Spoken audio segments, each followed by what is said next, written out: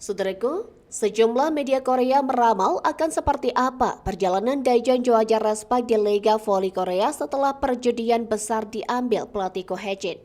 Di luar prediksi, Ko Hae-jin sebagai head coach Respak berani menggeser Van Bukilik sebagai outside hitter dan mematenkan Megawati di posisi oposit.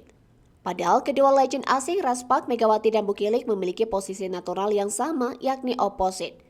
KOFO Cup 2024 sebagai turnamen pramusim dijadikan sebagai ajang kelinci percobaan bagi Ko Hae-jin dalam menerapkan skemanya. Terbukti, Megawati dan Van Bukilik mampu membawa klub voli asal kota Daejeon itu melaju sampai ke laga final KOFO Cup. Sayangnya, di partai perebutan gelar juara, Respak harus mengakui keunggulan Hyundai Hillstead lewat skor 3-1 pada Minggu 6 Oktober.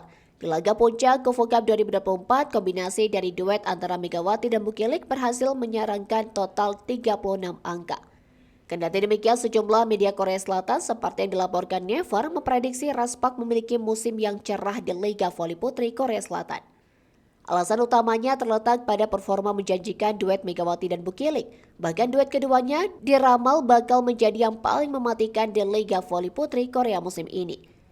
Syarat utama untuk Respak memaksimalkan daya ledak Mega dan Bukilik adalah konsistensi pemain lokal dalam receive dan defense. Dengan demikian, baik Bukilik dan Mega lebih banyak berfokus kepada penyerangan dan menciptakan poin.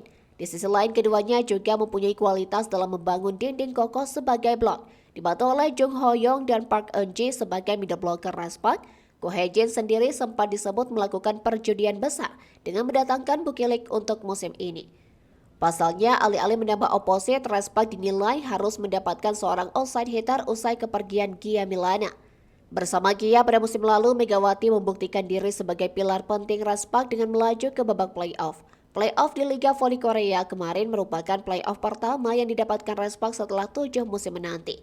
Kini tantangannya adalah bagaimana Ko Hae-jin bisa membuat stabil duet Mega dan Bukilik.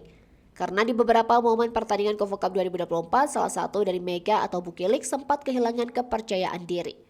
Terlepas dari itu, Liga Voli Korea baru akan menggulirkan pertandingan pada 19 Oktober mendatang.